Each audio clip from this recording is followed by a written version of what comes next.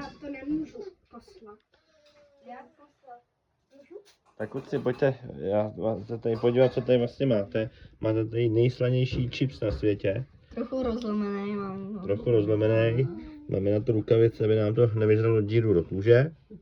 Takhle to vypadá. Rozdáme jsme se to na pár kousků. Říkal jsi, že si dáš taky, takže. Tak kluci. Jo. Štěpo, jak se cítíš před pokusem?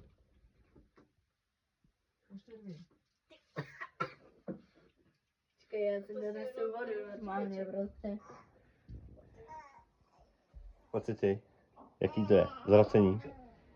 Ne, mně to přijde spíš sladký. Sladký? Sladko-kyselý. No tak to, Sladko-slaný. tak to tam hoď celý, ne? No to To nedám. Tak Kubo, ty jako hlavní aktér a hlavní organizátor této akce, čekáme na tvůj názor.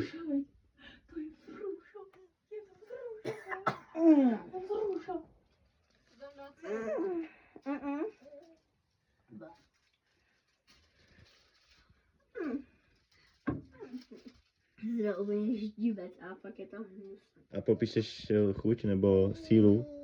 Je to... Nevím. Není to sůl, ani nevím. Nevím. A dáš si ještě kousek nebo stačí? Asi si dám ještě kousek, no. Ještě kousek. Já to dám taky. Jo? Tak to končí. To je vzrušo, Pavudovi. Ty to tam pošel. Je to vzrušový. Chceš to tam Dáš si taky? Dáš si taky ti? Budeš teďka o 5 let žít díl? To je modrá skalice. To je ty vole.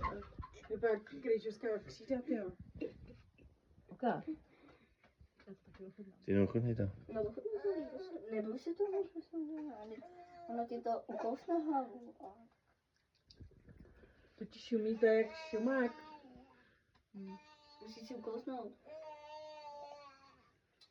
Jakože asi sežrat to celý ne, no, ale je to jako je to asi to jako rozšumělo na jazyku. A je to slaný prostě Mm. hnusný. Je to, no. Je to prostě sůl, modrá, hnusný. Vemte si to. Takže nic. Ne.